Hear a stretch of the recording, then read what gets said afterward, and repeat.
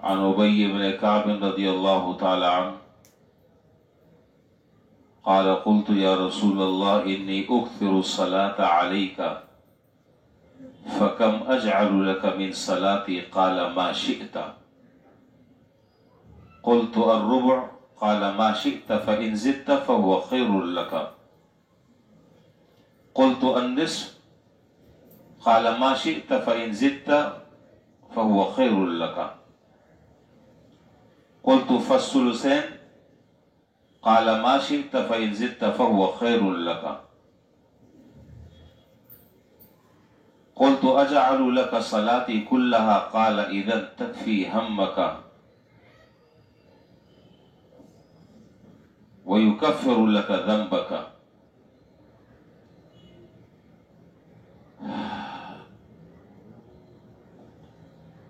سرکار دو عالم نبی کریم صلی اللہ علیہ وسلم پر درود بھیجنا یہ بہت بڑی عظیم عبادت ہے، اور ایسی عظیم عبادت ہے کہ اس جیسی عبادت کوئی دوسری نہیں۔ دو وجہ یہاں پر اس وقت ذکر کرنی مقصود ہے۔ دیگر عبادتوں میں اور اس عبادت میں فرق کیا ہے؟ دیکھیے، جتنی بھی انسان عبادتیں انجام دیتا ہے اس میں یقین سے یہ بات نہیں کہی جا سکتی کہ یہ جو میں عبادت انجام دے رہا ہوں یہ اللہ تعالیٰ کیا 100% قابل قبول ہے۔ امید بھی ہے اللہ تعالیٰ کی ذات سے، اور دوسرا پہلو بھی ہو سکتا ہے کہ قبول نہ ہو۔ دونوں طرح کے امکانات ہوتے ہیں، لیکن حضرات محدثین فرماتے ہیں کہ درود شریف یہ ایک ایسی عبادت ہے کہ جو 100% اللہ تعالیٰ کے یہاں قابل قبول ہے، اس کے رد ہونے کا امکان نہیں ہے۔ دوسرا فرق، دیگر جو عبادتیں ہیں ان عبادتوں میں اگر ذرہ برابر بھی ریاکاری کا اور دکھلاوے کا شبہ پیدا ہو جائے تو آپ جانتے ہیں وہ عبادت قبول نہیں ہوتی۔ اللہ تعالیٰ معاف فرمائے، وہ عبادت اس عبادت کرنے والے کے منہ پر دے ماری جاتی ہے۔ حضرات محدثین نے فرمایا کہ یہ درود شریف کی عبادت ایسی عبادت ہے کہ بالفرض اگر کوئی آدمی ریاکاری کرتے ہوئے بھی درود شریف پڑھ رہا ہے تو اللہ تعالیٰ اس کو بھی قبول فرما لیتے ہیں، جبکہ دیگر عبادتوں کا حال ایسا نہیں ہے۔ تیسری بات کہ اگر اللہ تبارک و تعالیٰ کسی اپنے نیک بندے کو اس کی توفیق عطا فرماتے اور وہ ہر وقت یہ درود شریف پڑھتا رہے، پھر چاہے اس کو اپنی ذاتی دعائیں کرنے کا، دعائیں مانگنے کا موقع نہ ملے، اس درود شریف کی برکت سے اللہ تعالیٰ اس کی ساری حاجتوں کو از خود ہی پورا فرما دیتے ہیں۔ اس کے پاس وقت نہیں ہے کہ یہ بھی مانگے وہ بھی مانگے، وہ صرف ایک ہی کام کر رہا ہے۔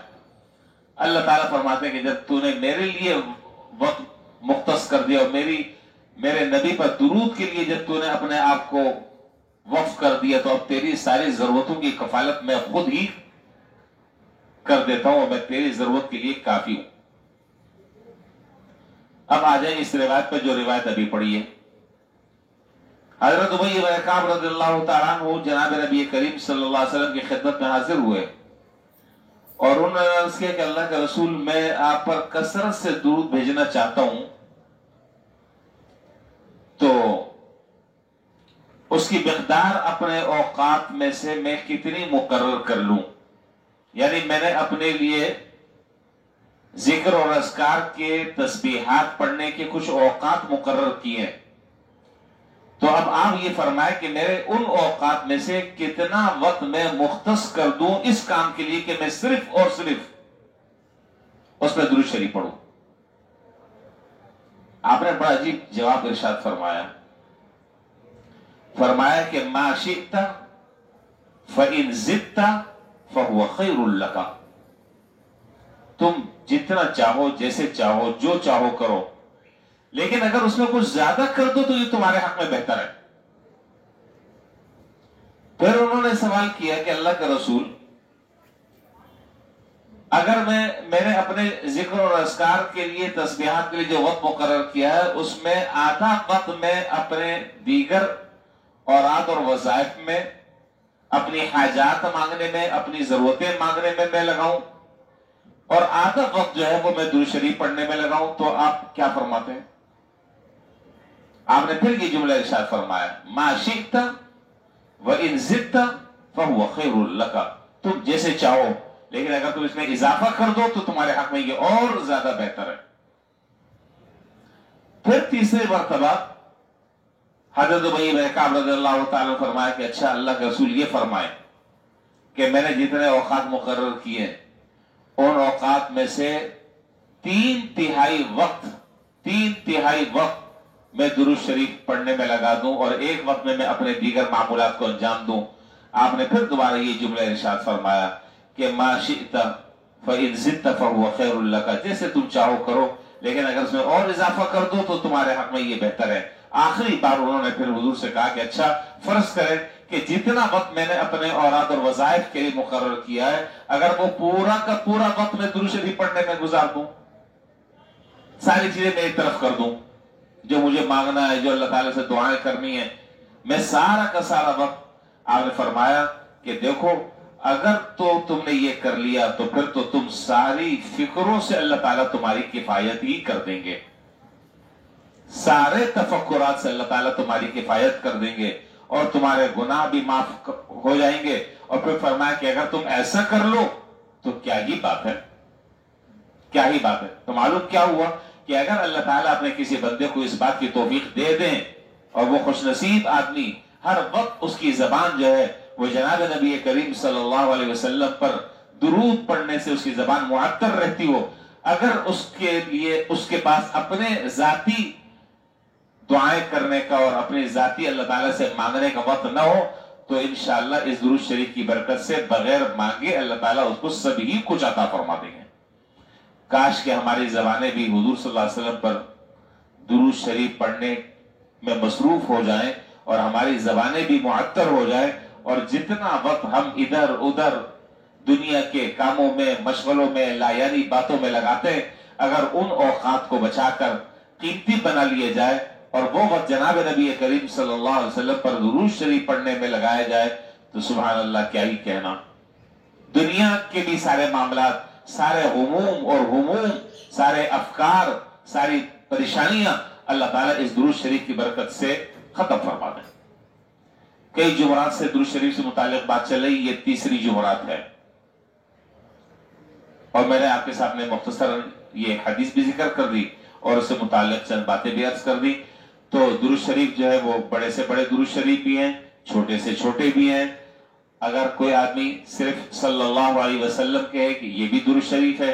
اور اگر یہ درود شریف پڑھ لے جزا اللہ عنا محمد صلی اللہ علیہ وسلم ما ہوا اہلو، فرمایا کہ یہ درود شریف بھی ایسا ہے کہ فرشتے اس کا ثواب لکھنے سے عاجز آ جاتے ہیں۔ اور ایک درود شریف جو ہے، ہمارے ایک استاد تھے، اللہ تعالیٰ ان کی مغفرت فرمائے اور ان کے درجات بلند فرمائے، ایک دفعہ انہوں نے مجھ سے کہا، ان کی ایک بہت بڑی پریشانی تھی، سیریس پریشانی، تو مجھے کہا کہ حضرت حاجی عبدالوہاب صاحب رحمۃ اللہ علیہ جو تبلیغی جماعت کے بزرگوں میں سے تھے، اللہ تعالیٰ ان کی مغفرت فرمائے، اللہ تعالیٰ ان کے درجات بلند فرمائے، فرمایا کہ میں حضرت کے پاس گیا، حضرت نے مجھے ایک درود شریف کہا کہ یہ کثرت سے پڑھو۔ وہ درود شریف انہوں نے مجھے بتایا، میں نے بھی پرچے پہ لکھ کر 2-4 دن رٹا لگاتا رہا، الحمدللہ مجھے یاد ہو گیا، کافی پرانی بات ہے۔ تو وہ درود شریف جو ہے وہ بھی میں آپ کو بتا دوں، فرمایا کہ جب سے میں نے اس درود شریف کو پڑھنا شروع کیا، وہ ایسی پریشانی جو بظاہر حل ہو ہی نہیں رہی تھی، اللہ تعالیٰ نے اس درود شریف کی برکت سے وہ پریشانی حل فرما دی۔ اللہم صلی علی محمد النبی الامی الطاہر الزکی صلاة تحل بها العقد وتفک بها الکرب۔ اور اس کے جملوں پر اگر آپ غور کریں تو اس کے جملوں سے ہی پتہ چل رہا ہے کہ درود شریف کیا ہے، عجیب درود شریف ہے۔ ساری پریشانیاں، سارے غموم افکار خیالات، سارے مسائل اللہ تعالیٰ اس کی برکت سے حل فرما دے گے۔ پھر دوبارہ دفعہ پڑھ دیتا ہوں اور اس میں گروپ میں ڈال دوں گا تاکہ اس میں سے دیکھ کر آپ یاد کر لیں، ایسا تو زبانی یاد نہیں ہو سکے گا۔ اللہم صلی علی محمد النبی الامی الطاہر الزکی صلاة تحل بها العقد وتفک بها الکرب۔ چلیں بہت باتیں ہو گئیں، اللہ تبارک جی ترجمہ بس پہلے یاد تو ہو جائے، پھر یاد ہوگا پھر ترجمہ بتا دوں گا، ورنہ ایسا نہ ہو کہ چیزیں خلط ملط ہو جائے۔ پہلے یاد کر لیں، پھر انشاءاللہ زندگی رہی آئندہ جمعرات کو اس کا ترجمہ بتاؤں گا انشاءاللہ۔ اللہ تعالیٰ ہم سب کو زیادہ سے زیادہ وقت جو ہے وہ درود شریف پڑھنے میں لگا دیں، اور اللہ تعالیٰ جناب نبی کریم صلی اللہ علیہ وسلم پر درود پڑھنے میں ہماری زبانوں کو معطر فرما دے اور ہماری زبانوں کو مصروف فرما دے۔ وآخر دعوانا الحمدللہ رب العالمین۔